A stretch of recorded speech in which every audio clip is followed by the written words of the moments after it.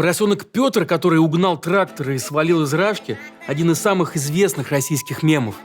И он возник в начале нулевых годов из детской книжки, которая изначально даже не предполагала ничего такого. Там было про то, как поросенок едет в гости или в магазин. Но мем живет уже почти 20 лет и, наверное, не безосновательно. Однако история политических побегов с родины уходит корнями в далекое прошлое. И почти всегда, за исключением ельцинского десятилетия, отъезд из России за границу рассматривался как политическое преступление. Беглецы не оставались в долгу и рассказывали на Западе все, что знали о мрачных делах Москвы. С вами Павел Коныгин, и это рубрика «Разборы» на канале «Продолжение следует». И сегодня мы поговорим об истории русской политической эмиграции. Ну и скажу еще кое-что. Пожалуйста, подписывайтесь на нас в Ютубе и Телеге, чтобы не потеряться. Ведь вместе мы не одиноки.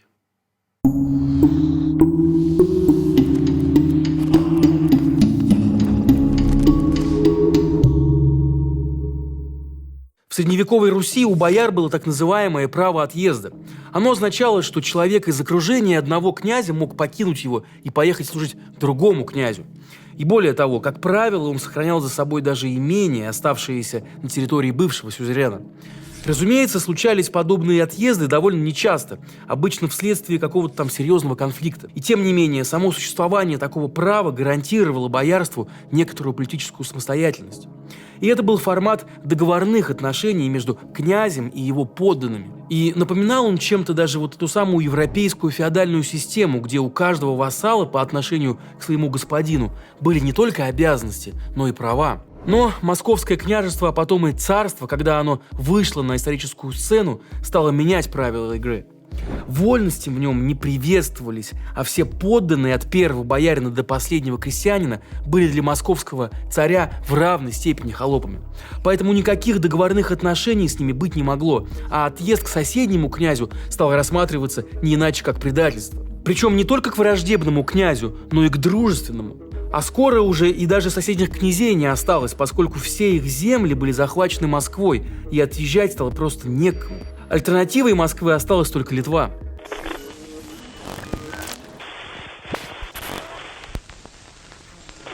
Именно в Литву в 1564 году бежал от Ивана Грозного князь Андрей Курбский, которого называют первым русским диссидентом. И вот этот самый Курбский был не только талантливым и смелым полководцем.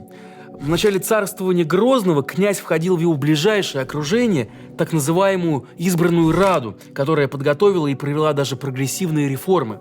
Однако затем, как это часто бывает, реформаторы попали в опалу и оказались в застенках. Курбский же в то время воевал в Ливонии, был такой регион на территории нынешних стран Балтии. И вот за этот регион московские войска бились сначала с рыцарями, а потом и с литовцами, поляками и шведами. Опасаясь разделить судьбу других участников избранной Рады, князь Курбский бежал в Литву.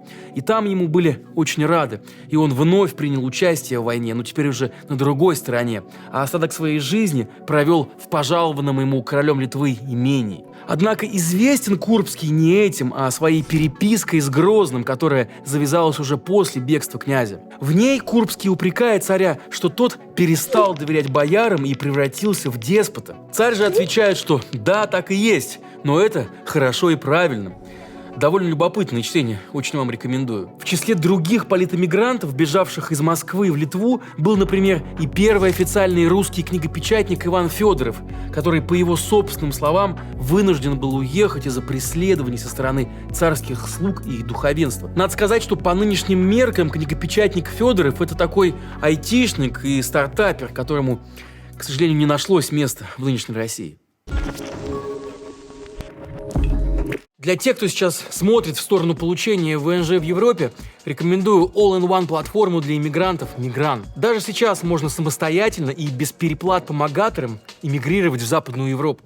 В описании ссылка на классную платформу с бесплатными и подробными гайдами при релокации, маркетплейс с юристами и консультантами, с которыми можно посоветоваться. При этом по разумным ценам, не завышенным для русскоязычных клиентов. А ведь многие иммигранты уже столкнулись с тем, что цены для своих и чужих могут отличаться в 3-5 раз. С Мигран уже можно получить ВНЖ в Испании, Португалии, Германии, либо самостоятельно бесплатно по гайдам, либо за 890 евро. Это стоимость полного сопровождения с личным кабинетом, кейс-менеджером, автозаполнением документов, детальным вниманием к кейсу и, конечно, гарантией возврата средств в случае отказа. Если вы находитесь в процессе иммиграции или только начали задумываться о новом месте жительства в стабильной и безопасной стране и опасаетесь, что это сложно и дорого, то изучите платформу Мигран. Многое вам пригодится. Она будет полезна для диджитал-номадов, удаленщиков, предпринимателей, стартапов, а также высококвалифицированных специалистов и особенно из IT. Получайте ВНЖ в Европе самостоятельно или с Мигран по ценам местных юристов и до 5 раз быстрее. А по промокоду «Проследуют» скидка 10% на все консультации и сервисы. Переходите по ссылке в описании.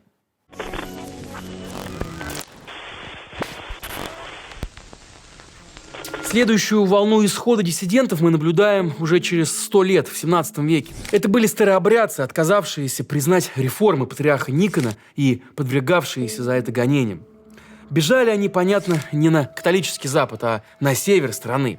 Их преследовали и иногда даже сжигали, но чаще они сжигали себя сами, запершись в деревянных старообрядческих храмах вместе с десятками единоверцев, в том числе и со своими детьми. Некоторая их часть, впрочем, в XVIII веке перебралась в Австрию, где им была гарантирована свобода вероисповедания. И вот там старообрядцы основали Белокреницкий монастырь, в котором впоследствии у них появился даже свой епископ. И вот именно от него берет свое начало вся старообрядческая иерархия, в том числе и та, которая существует в современной России до сих пор.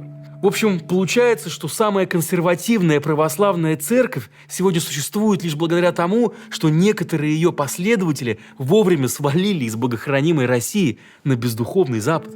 Ко времени старообрядцев относится и история Григория Каташихина, подьячего посольского приказа тогдашнего Министерства иностранных дел. Еще на заре своей карьеры он был бит батогами за то, что допустил ошибку в подписании царского титула. Ну и, возможно, именно это и подорвало его патриотические чувства. И тем не менее, Каташихин еще долго служил московскому царю и играл важную роль в переговорах с западными соседями, пока в 1664 году не сбежал сначала в Польшу, а потом и вовсе в Швецию. Шведам он сдал известного ему секретного русского агента и написал для короля пространный труд, описывающий все внутреннее устройство загадочного московского царства. Родина, конечно, постоянно требовала выдачи Каташихина, но безуспешно.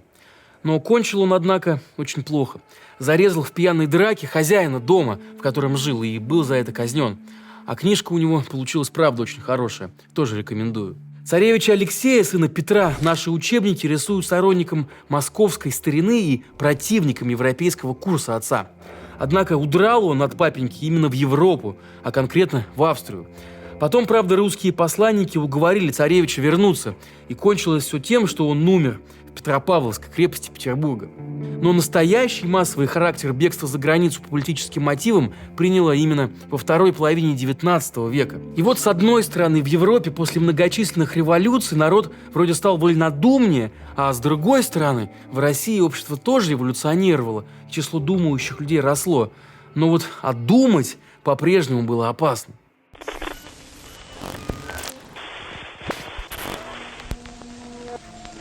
Александр Герцен – первая знаковая фигура в этом ряду. В России он считался умеренным либералом и непосредственно революционной деятельностью не занимался. И именно поэтому срок за распевание пасквильных песен про государя он получил небольшой. Всего 9 месяцев тюрьмы и 5 лет ссылки в провинцию. Отсидев, он вернулся в столицу и прослужил ни много ни мало в Министерстве иностранных дел, а спустя 12 лет, в 1847 году, уехал и вовсе за границу и стал оттуда уже обличать Николая I, и делал это очень серьезно. Николай обиделся, и когда Герцен попытался таки продать принадлежавшее ему в России имение, тормознул перевод денег.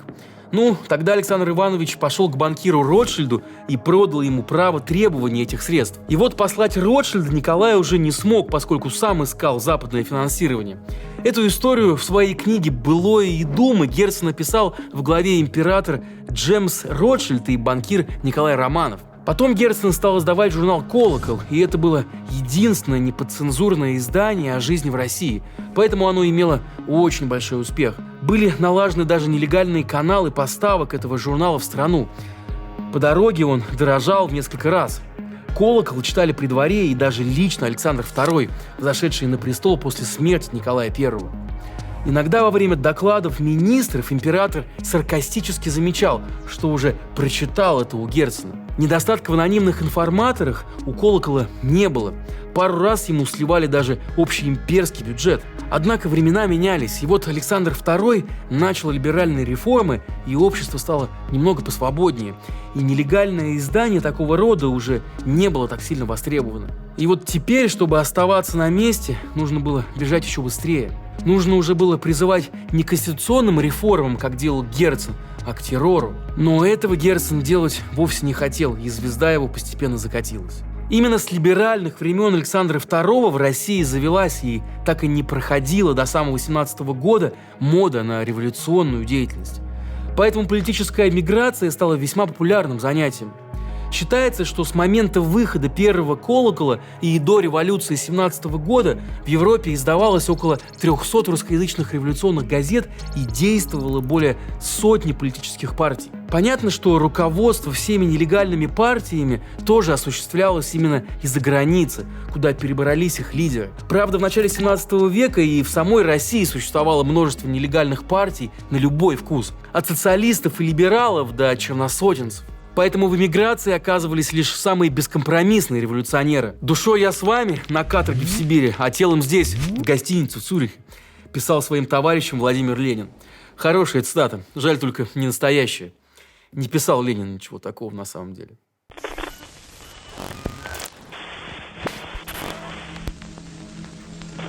Когда в России случилась февральская революция, все или почти все иммигранты тут же поспешили домой. Но вовсе ненадолго, ведь меньше чем через год, в октябре, ко власти пришли большевики и практически сразу развязали террор против своих врагов, то есть против всех остальных.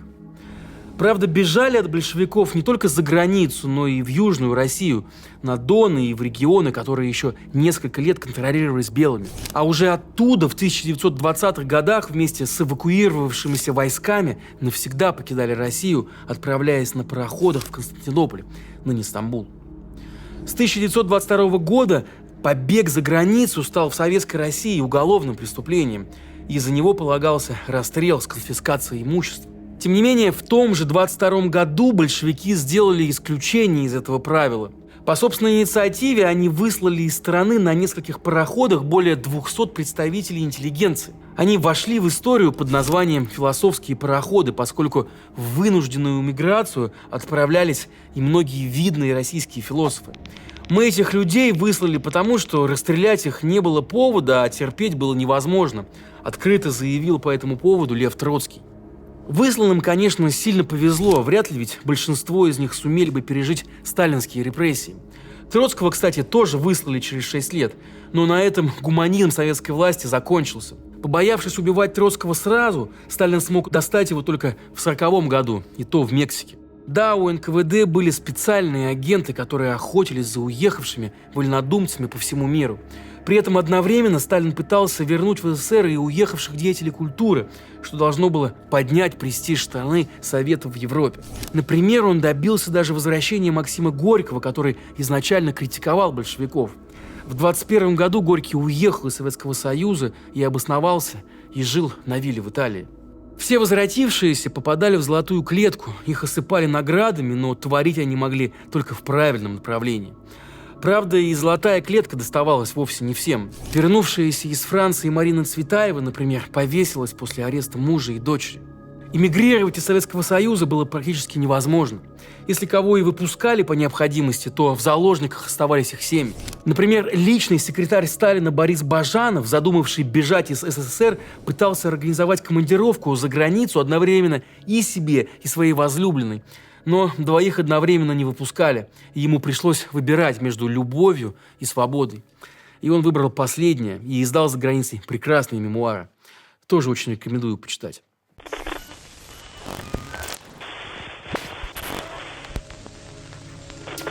Мрачной страницей в истории эмиграции стал 1945 год, когда советские войска захватили Восточную Европу, и жившие там противники Советского Союза попали в руки чекистов. Многие попытались бежать на территорию, оккупированную союзниками, но союзники пообещали Сталину выдавать бывших советских граждан, а заодно и тех, кто никогда гражданами Советского Союза даже и не был. И вот один из самых известных эпизодов – это выдача 40 тысяч казаков, воевавших на стороне нацистов и членов их семей, бежавших с Дона при отступлении немцев. Казаки сдались англичанам, но узнав, что их хотят выдать советам, отказывались грузиться в машины.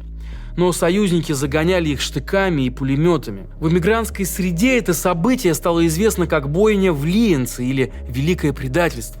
Конечно, кто-то скажет, что этих людей не жалко, потому что они воевали на стороне Гитлера.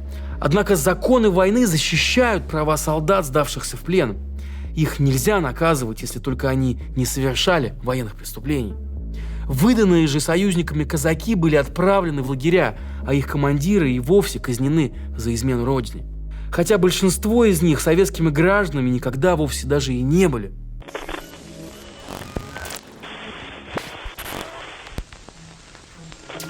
После войны политическая эмиграция по-прежнему оставалась крайне редким явлением.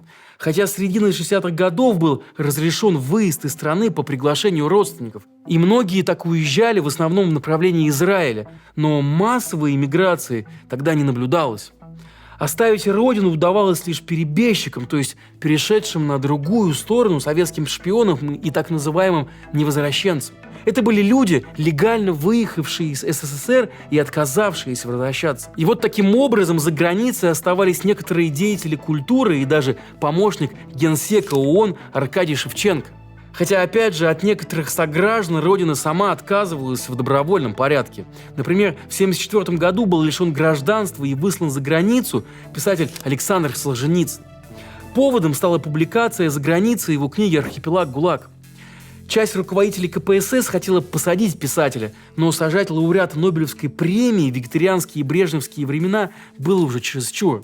И в итоге его арестовали, вручили авиабилет в ФРГ и посадили в самолет. Популярность на Западе, видимо, спасла и Иосифа Бродского. В 1972 году ему предложили на выбор эмиграцию в Израиль или тюрьму в СССР. И он тоже выбрал свободу. А потом Советский Союз рухнул, и с 1992 года граждане России получили возможность уже свободно покидать родину. Правда, эта свобода, как и многие другие, оказалась нужна далеко не всем. Ведь загранпаспорта по разным данным имеют лишь от 14 до 30% наших соотечественников. Ну а сколько наших с вами соотечественников уехало за эти, без малого, 2 года, прошедшие после начала вторжения в Украину, вам сегодня не скажет никто. Нет просто таких официальных цифр. Одни подсчеты говорят о 500 тысячах, а другие уже о миллионе. Но вернутся ли они в Россию? Это большой вопрос. Вон спикер Госдумы Вячеслав Володин уже открыто говорит, что все уехавшие предатели, которых тут не ждут. И как-то даже и не чувствуется в этих словах никакой примирительной интонации. Ну и я не буду здесь, просто не считаю себя вправе повторять все эти банальности про то, что уехали лучшие умы или какой-то там золотой генофонд. Ведь разве среди оставшихся умных и талантливых мало? Нет, конечно же нет. И я скажу про другое. Скажу про то, что спикеру Володину нужно, наверное, оглянуться и посмотреть на историю. Хочется ему того или нет, но Россия – это давно не страна удельных князей, которые распоряжаются людьми как холопами. Более того, весь мир уже совсем не таков, каким он был еще каких-то там 100 лет назад. Границы, как институции, отмирают, а человек будущего будет жить, не зная границ. И даже пусть это пока и пугает, и не укладывается в голове, но не определяя себя через гражданство. Собственно, уже сейчас именно так живут многие профессиональные корпорации. Айтишники, например, как вы знаете сами, это граждане мира. Многие коллаборации художников тоже организованы отнюдь не по национальному признаку. И там, например, спокойно себе работают вместе украинцы и русские, азербайджанцы и армяне. Потому что друг для друга они прежде всего коллеги и единомышленники, а не граждане враждующих государств. Да, границы умирают, как и институт государства тоже еще потрепыхается немного и, наверное, умрет. Ну а что же останется? А останутся люди, живые, неравнодушные и открытые миру. Останутся наши дети, которые будут жить без войн.